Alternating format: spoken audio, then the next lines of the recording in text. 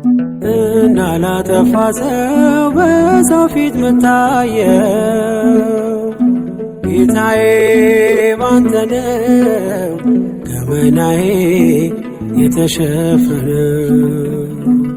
ሰላም ውድ ተከታታዮቼ እንዴት ናችሁ? ለዛሬ ይዤላችሁ የቀረብኩት የመጀመሪያዋ ቤተክርስቲያን መቼ እንደታነጸች፣ በማን እንደታነጸች፣ እንዲሁም የታነጸችው ቤተክርስቲያን በማን ስም እንደተሰየመ ይዤላችሁ ቀርቤያለሁ። እስከ መጨረሻው ድረስ አብራችሁን ቆዩ። አንድ አምላክ በሆነ በአብ በወልድ በመንፈስ ቅዱስ ስም ሰኔ 21 ቀን በዚህች ዕለት አዳምና የዘሩ ድህነት የተደረገባት አምላክን የወለደች የእመቤታችን የቅድስት ድንግል ማርያም መታሰቢያ በዓል ነው። ከነዚህ ከ33ቱ ታላላቅ በዓላት አንዱ ሰኔ 21 ሲሆን እሱም ሕንጸተ ቤተ ክርስቲያን ይባላል። በሐዲስ ኪዳን የመጀመሪያዋ ቤተ ክርስቲያን በአምላክ ስም የታነጸችው ሰኔ 20 ነው። አናጺው ደግሞ ራሱ ባለቤቱ ጌታችን መድኃኒታችን ኢየሱስ ክርስቶስ ሲሆን ቦታውም ፊልጵስዩስ ነው። ቤተ ክርስቲያኗ የተሰየመችው ደግሞ በእመቤታችን ስም ነው።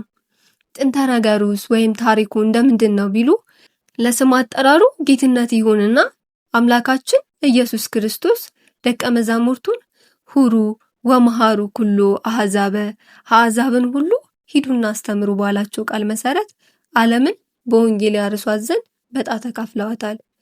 የሰው ልጅ ድህነቱ የሚፈጸመው ቅዱስ ሥጋውንና ክቡር ደሙን ሲቀበል ነውና አበው ሐዋርያት ቁርባንን በተመረጡ ሰዎች ቤት እያዘጋጁ ቀድሰው ያቆርቡ ነበር።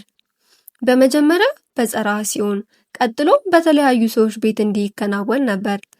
ለጸሎት ስራ ደግሞ አንዳንዴ ምኩራብ አይሁድን ይጠቀሙ ነበር። እየቆየ ሲሄድ ግን ከአሕዛብ ያመኑ ሰዎች ቁጥር እጅጉን በዛ። በተለይ ቅዱስ ጳውሎስ ያሳመናቸው ለጸሎት እያሉ ወደ ጣዖት ቤት መግባት አመጡ። በዚህም ምክንያት መምህራን ሕዝቡን ካመናችሁ በኋላ እንዴት ወደ ጣዖት ቤት ትገባላችሁ ቢሏቸው እኛ ምን እናድርግ የምንጸልይበት እንደው የለን ሲሉ መለሱላቸው።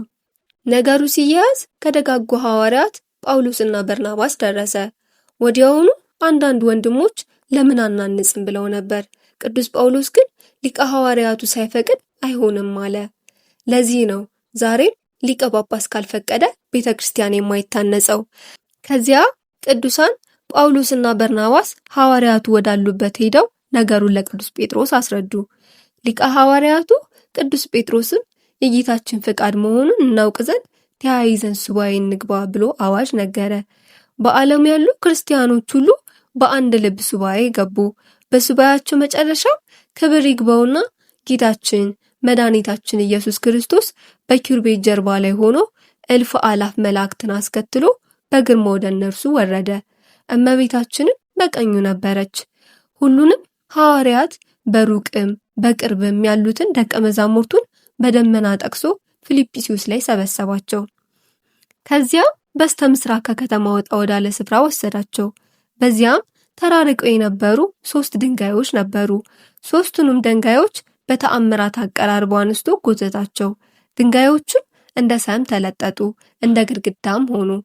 ቁመቱን ወርዱን መጥኖ ለሐዋርያቱ ሰጣቸው። እነርሱም እሳት እንዳየው ሰም ከእጃቸው እየለመለሙ ቁመቱን 24 ወርዱን ደግሞ 12 ክንድ አድርገው ግርምት የምትሆን 3 ክፍል ያላትን የመጀመሪያዋን ቤተክርስቲያን በ52ኛው ዓመተ ምህረት ሰኔ 20 ቀን አነጹ። ዳግመኛም የብርሃን ምሰሶ ወረደ። ጌታችንን በሰማያዊቷ ኢየሩሳሌም አምሳያ አድርጎ አነጻት። ሁለንተናዋም ተጠናቀቀ። ከዚህ በኋላ ጌታችን ለሐዋርያቱ እንግዲህ እናንተም እንዲህ አድርጋችሁ ስሩ ብሏቸው አደረገ። በማግስቱ ሰኔ 21 ቀን ለስም አጠራሩ ጌትነት ይሁንና ጌታችን መድኃኒታችን ኢየሱስ ክርስቶስ አእላፍ መላእክትን ሰማያውያንን ቅዱሳንና እናቱ ቅድስት ድንግል ማርያምን ይዟት ወረደ። ሐዋርያቱ አብዛኞቹ እዛው ሲጸልዩ አድረው ነበርና ጌታችን ከቅዳሴ በፊት 2 ነገሮችን አሳየ። አስቀድሞ ቤተክርስቲያኗን በድንግልናቱ ስም አክብሮ ሥርዓተ ቤተክርስቲያንን አሳየ። ቀጥሎ ደግሞ ሊቀ ሐዋርያት ቅዱስ ጴጥሮስን ከመካከል አቁሞ አርሳይሮስ ሲል ሾመው። ይኸው የዓለም ሁሉ ሊቀ ጳጳስ ፓትርያርክ ማለት ነው። በዚህ ጊዜ ቅዱሳን መላእክት አኪዮስ እያሉ 3 ጊዜ አሰምተው ጮሁ። አኪዮስ ማለት በግዕዝ ይደልዎ፣ በአማርኛ ደግሞ ይገባዋል፣ ያስምርለት እንደማለት ነው። ጌታችንም ይህን ከከወነ በኋላ ይቀድስ ዘንድ ጀመረ። አማናዊት ማህደሩን ድንግል ማርያምን መንበር አድርጎ፣ ቅዱስ ጴጥሮስን እንደ ተራዳኢ ካህን ቆሞ፣ ቅዱስ እስጢፋኖስ ደግሞ ሰራይ ዲያቆን ሆኖ፣ ሐዋርያት ድንግልን ከበው፣ መላእክት ብርሃን በክብራቸው ቆመው ጌታችን ቀድሶ ቅዱስ ሥጋውንና ክቡር ደሙን ለወዳጆቹ አቀበለ። በዚያች ዕለት በፍጡር አንደበት ተከናውኖ ሊነገር የማይቻል ደስታ ተደረገ። ከቅዳሴ በኋላ ጌታችን ሐዋርያትን አዘዛቸው። ከዚህ ጀምሮ በመላው ዓለም በእናቴ በማርያም ስም አብያተ ክርስቲያናትን አንጹ፣ ይህችን ዕለት የሚያከብራትን አከብረዋለሁ ብሏቸው ከድንግልናቱ ጋር ከመላእክቱ ጋር አረገ። በቂሳሪያው ሊቀ ጳጳሳት በባሲሊዮስ ዘመን እንዲህ ሆነ። በእመቤታችን ቅድስት ድንግል ማርያም ስም ቤተክርስቲያን በሰራ ጊዜ በውስጡ የእመቤታችን የማርያም ስዕል ይስልበት ዘንድ ሰሌዳ ፈለገ። ሰዎችም በአንድ ባለጸጋ ዘንድ ስለ አንድ መልካም ሰሌዳ ነገሩት። ቅዱስ ባሲሊዮስም ሰሌዳውን እንዲሰጠው ወደ አንድ ባለጸጋ ላከ። ባለጸጋውም ይህ ሰሌዳ ለልጆቼ ነው አለ እንጂ ፈቃደኛ አልሆነም። ከዚያም አልፎ በመድፈር በእመቤታችን ቅድስት ድንግል ማርያም ቤተክርስቲያን ላይ የስድብ ቃል ተናገረ። ወዲያውንም በድንገት ወድቆ ሞተ። ልጆችም ፈሩ። ያንንም ሰሌዳ ከብዙ ወርቅና ዕንቁ ጋር ወደ ቅዱስ ባሲሊዮስ አመጣው የአባታቸውን በደል ያቀልለት ዘንድ ለመኑት። ቅዱስ ባሲሊዮስም ያን ሰሌዳ ወስዶ የእመቤታችን ስዕል ይስልበት ዘንድ ለሰዓሊው ሰጠው። እመቤታችንም ቅድስት ድንግል ማርያም በሌሊት ራእይ ለቅዱስ ባሲሊዮስ ተገለጸችለት። ስዕሏንም በዛ ሰሌዳ ላይ እንዳይስል ከለከለችው፣ ከአመፀኛ ሰው እጅ ወስዶታልና። እጅግ ያማረ የእመቤታችን ስዕሏ የተሳለበት የሁለት ደናግልም ስዕል ያንዲቱ በቀኝ ያንዲቱ በግራ ሆኖ የተሳለበት ቀይ ሰሌዳ ያለበትን ቦታ ነገረችው። ቅዱስ ባሲሊዮስም እመቤታችን ቅድስት ድንግል ማርያም ወደ አመላከተችው ወደዚያ ቦታ ሄደ። ያንንም ሰሌዳ አገኘው። ወደዛች ቤተክርስቲያንም በታላቅ ደስታ አመጣው። ከዚህም በኋላ ዳግመኛ በአንድ ጣዖት ቤት 2 ምሰሶዎች እንዳሉ አስረዳችው። እነርሱንም አምጦ በመቅደሱ ፊት ለፊት እንዲያቆማቸው በላያቸው ስዕሏን እንዲያኖር አዘዘችው። ቅዱስ ባሲሊዮስም እነዛን ምሰሶዎች ያመጣቸው ዘንድ ሄደ። መሰሪያኑ ሊከለክሉት ፈለጉ። ጌታችንም ኃይላቸውን እንደመሰሰ እነዚያንም ምሰሶዎች አመጡ በቤተ መቅደሱ ፊት ለፊት አቆማቸው። በላያቸው የእመቤታችን ቅድስት ድንግል ማርያም ስዕሏን አስቀመጠ። እግዚአብሔርም ከነዚያ ምሰሶዎች በታች የውሃ ምንጭ አፈለቀ። በውስጧም የሚታጠብ ሁሉ ካለበት ደዌ ሁሉ የሚድን ሆነ። እንዲሁም ከእመቤታችን ማርያም ስዕል በሽተኞችን ሁሉ የሚፈውስ የዘይት ቅባት ፈሰሰ። ይህ ሁሉ የሆነ የእመቤታችን ቅድስት ድንግል ማርያም ቤተክርስቲያን በተከበረችበት በሰኔ ወር በ21ኛው ቀን ነው። በዚያችም ቀን እንዲህ ሆነ። አንዲት ሴት መታ ታጠበች።